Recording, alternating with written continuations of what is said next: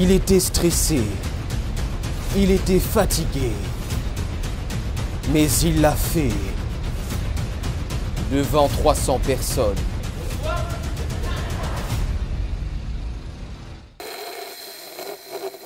Quoi? Alors voilà, cette vidéo n'est pas un tuto de type « Eh, tu es moche et tu n'es pas drôle? Fais-moi confiance, envoie-moi les numéros de ta carte bancaire et les photos de ta petite copine. » C'est plus une analyse et un compte-rendu d'une expérience que j'ai vécue il y a pas longtemps. On a déjà perdu trop de temps, let's go! J'avais déjà joué devant plus de 300 personnes. Est-ce que cette lumière que je viens d'acheter vient de péter dans ma gueule? La réponse est oui. D'accord, donc c'est ce petit truc qui règle toutes les lumières et qui vient d'exploser. Alors l'histoire est assez drôle, si on veut. C'est qu'à la base, je voulais pas acheter ces lumières, je voulais en prendre d'autres, mais c'est mon frère qui m'a convaincu de prendre celle-là. Merci frérot. J'en étais où moi déjà? Je disais que j'avais déjà joué devant plus de 300 personnes, mais jamais tout seul. D'habitude, je le fais avec ma troupe d'improvisation, les Improsteurs, que je t'encourage à aller chercher sur Facebook, parce que dedans, il y a le futur du cinéma français. Je te jure. Bref, j'étais stressé et j'avais un peu mal au ventre. Non, vraiment mal au ventre. C'était mon deuxième de l'après-midi. Je pense qu'il est important de se vider avant de monter sur scène parce que même si on dit « montre-leur ce que t'as dans le ventre », pas trop quand même. Donc j'arrive dans cette superbe salle et les organisateurs et autres sont déjà là depuis longtemps. Mais oui, parce que tu vois, juste le fait que la porte d'entrée soit ouverte, ou juste cette petite lumière que tu remarques même pas tellement t'en as l'habitude, eh ben ça demande de l'organisation. Mais j'avoue, à ce moment-là, même moi je m'en foutais de la lumière. Quand tu vois la salle se remplir, le plus difficile c'est de se dire que sur chaque siège, il y a un être vivant. Non, c'est pas vraiment ça qui est dur, mais ce qui est difficile, c'est de te dire que chaque personne est venue pour que tu la fasses rire. C'est ton devoir. Et ça implique de grandes responsabilités. Car chaque personne peut décider si ce que tu fais c'est bien ou pas, selon leurs envies. Et si elle a passé une journée de merde, c'est pareil. C'est comme si à l'école, ton évaluation, elle était corrigée par tout le monde. Alors peut-être que t'as une dizaine de copains qui vont te mettre de bonnes notes, mais la petite Brigitte qui redouble depuis la CP, elle va pas te rater mon gars. Alors comme d'hab, je pars me vider.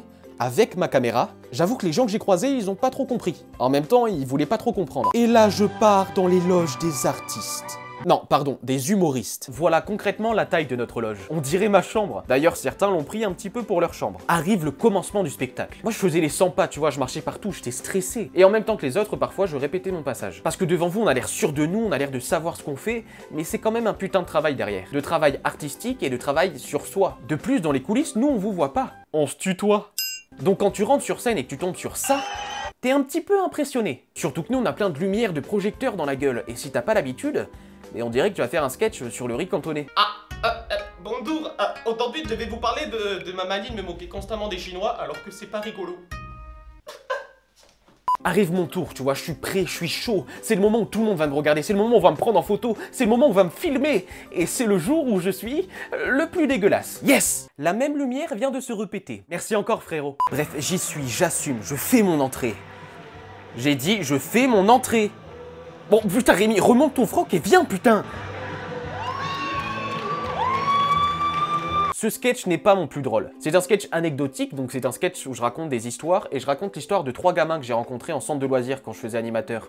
Et ça ressemble un petit peu à mon sketch Survivre dans un milieu enfantin, que je recommande vachement. Mais pourquoi faire ce sketch si ce n'est pas ton plus drôle? Je me remercie de me poser cette question. J'ai joué ce sketch parce que c'est tout simplement le sketch qui peut toucher le plus de personnes. Chaque personne connaît un gamin et beaucoup de gens ont des enfants. Donc ces personnes-là sont touchées et se reconnaissent dans ce sketch. Et c'est un sketch où je bouge beaucoup, où je fais beaucoup de mimiques, du coup ça peut aussi plaire aux enfants parce que c'est un petit peu burlesque. Ce sketch, je l'avais déjà joué devant à peu près une 60aine de personnes. Regardons. Déjà, vous remarquerez que je suis à 1 mètre des gens. Je suis tellement près des gens qu'une fois, il y a un mec au premier rang qui a senti mon érection. Je retire cette vanne. Bref, maintenant, écoutez les rires. C'est bizarre en plus, c'est que j'ai kiffé.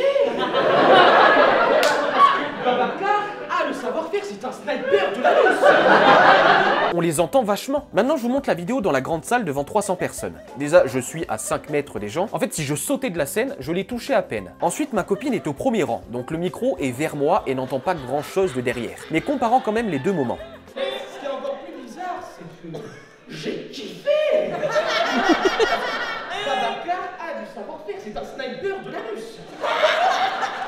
Bon, mis à part le fait qu'on entend le rire dégueulasse d'une amie à moi au premier rang, on peut entendre les rires au fond. Déjà qu'on les entend pas beaucoup, imaginez-vous à ma place. Je voyais plein de têtes bouger vers l'arrière et sourire, mais j'entendais rien. J'entendais rien à part mon ami qui était juste devant. Mais ce qui n'empêche que faire les sketchs, c'est aussi savoir continuer, même quand on croit que ça marche moyen. Mais moi, il y avait peut-être des choses qui devaient me mettre la puce à l'oreille. Les applaudissements.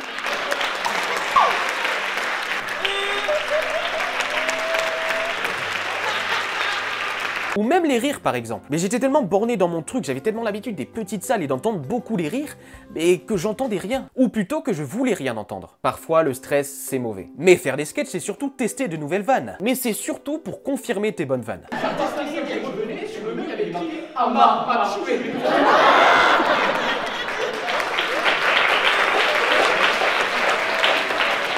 Quand le public t'applaudit et qu'il te dit « Ok, j'avoue, j'avais pas vu venir cette vanne, je valide, elle est trop marrante, vas-y, continue. » C'est tellement génial, moi, ça m'excite. Parce que toi, t'as travaillé sur cette vanne, t'es pas un génie du style « Amar m'a tué, mais c'est hilarant. C'est sûr, ça va leur plaire. Je vais écrire ça en faisant un petit puzzle. » En vérité, t'as plus l'air de ça. « Amar m'a tué, mais c'est super drôle, ça. Non, en fait, non, peut-être pas tant que ça. C'est drôle ? Amar m'a tué. Non, c'est pas drôle. Je suis qu'une merde. Ça me casse les couilles de toute façon là. Oui, parce que faire de l'humour, c'est se remettre constamment en question. T'as beau faire marrer tes potes, t'as beau faire de bons jeux de mots, t'as beau être marrant, mais tu t'improvises pas humoriste comme ça, c'est beaucoup de travail. Et je m'en suis rendu compte en regardant les artistes qu'il y avait autour de moi ce soir-là et qui font ça depuis des années. Et qui malgré ça stressent toujours, travaillent leur numéro pour que ça vous plaise de plus en plus. Quand j'étais petit, je voulais devenir connu, mais juste connu, pour n'avoir rien fait. J'étais un petit peu le précepteur de la télé-réalité. Mais depuis que je veux réussir dans un milieu artistique, ce qui le plus souvent amène à être connu, ben j'ai jamais autant bossé. Faut toujours que je cherche une idée, faut que je trouve un projet, faut que je rebosse le projet pour qu'il soit bien. Par exemple, là, je suis en train d'écrire des choses qui sortiront dans un an et demi minimum. Bon, évidemment, maintenant, ce qui me prend le plus de temps, ben, c'est les vidéos, parce que là, j'essaie de garder un rythme, j'essaie de sortir une vidéo par semaine minimum. Et il y a beaucoup de vidéos, beaucoup de projets qui arrivent pour 2017, avec de la qualité qui va venir. Je suis en train d'écrire tout ça. Je suis aussi beaucoup actif sur les réseaux sociaux, que tu peux aller checker dans la description. D'ailleurs, va checker ça, parce qu'il y a vraiment du lourd qui arrive. Hashtag lourd. Bon, là, t'as vu que les vidéos, elles sont plutôt moyennes, parce que je les fais vite fait. Je suis en train de bosser sur beaucoup de projets. Et je suis surtout en train de bosser sur mes textes que je vais jouer sur scène, parce qu'en 2017 je vais essayer du coup de sortir plein de vidéos et aussi de monter énormément sur scène. Et sur scène, c'est ça qui est ouf, c'est qu'en fait tout peut se jouer sur une intonation, sur un mot, sur un geste. Et c'est hyper stressant, mais en même temps, c'est ça qui est passionnant. Mais le plus stressant, ça reste le public. Parce que ça peut paraître cliché, mais t'as vraiment des genres de public. Le mec qui participe un peu trop. Est-ce qu'il y a des hommes? Ouais. Est-ce qu'il y a des femmes? Ouais. Toi, t'es pas un peu con? Mais ouais, mais... Le mec qui croit que c'est ton coach. Ouais, ok, continue, ouais. Tu vois, je t'avais dit qu'il était drôle. Le public du fond de la salle. La vieille personne. Alors vraiment merci d'être venu et on vous dit tous à la prochaine. C'était marrant, Amar m'a tué, le jeu de mots et tout. Le mec jaloux. Normalement c'était mon destin de monter sur scène et faire rire les gens. Putain de fracture à l'orteil. Je suis malade. Donc en fait là le mec je lui dis... Désolé. Là le mec je le regarde et je lui... Désolé. Et là c'est comme ça. Désolé. D'ailleurs dans tous les milieux artistiques, qui que le public soit, faut évidemment bien savoir se servir de sa langue. Non, quand je dis ça, quand je dis ça, évidemment, c'est que, quand je dis ça, c'est qu'en fait, le public, faut savoir lui lécher le cul. Jamais tu verrais un humoriste ou quelqu'un d'autre d'un milieu artistique, en dehors de son personnage ou de ses scènes, être méchant avec le public. Parce que c'est toi qui fais vivre les artistes. Et je parle pas d'argent, je parle bien de vivre, car l'artiste vit à travers tes yeux, c'est grâce à toi qu'il se sent vivant. Et il doit tout faire pour éviter que tu détournes le regard. Sinon, il meurt. Et rien que pour ça, je vous dis merci de regarder cette vidéo. Juste 2 secondes, c'est pas fini. En ce moment, il m'arrive quelque chose de très étrange. En fait, je suis tout simplement heureux. Et en fait, je comprenais pas ça parce que ça m'arrive jamais. Vraiment, moi, j'ai un cerveau très négatif, tu vois. Dans une situation, j'imagine toujours le pire. Et parfois, ça revient encore un petit peu, cette nature, quand je suis stressé. Par exemple, juste avant de monter sur scène, j'avais imaginé le pire. C'est possible que ça arrive. Et du coup, je suis heureux et j'ai compris pourquoi. En fait, c'est tout simplement parce que j'aime ce que je fais. Là, en ce moment, dans ma vie, je suis épanoui parce que je fais ce que j'aime. Ça me prend beaucoup de temps, ça me prend beaucoup d'énergie. Je dors pas beaucoup, je fais des insomnies de malade. Je sais pas si vous voyez mes cernes là, mais je dors vraiment pas.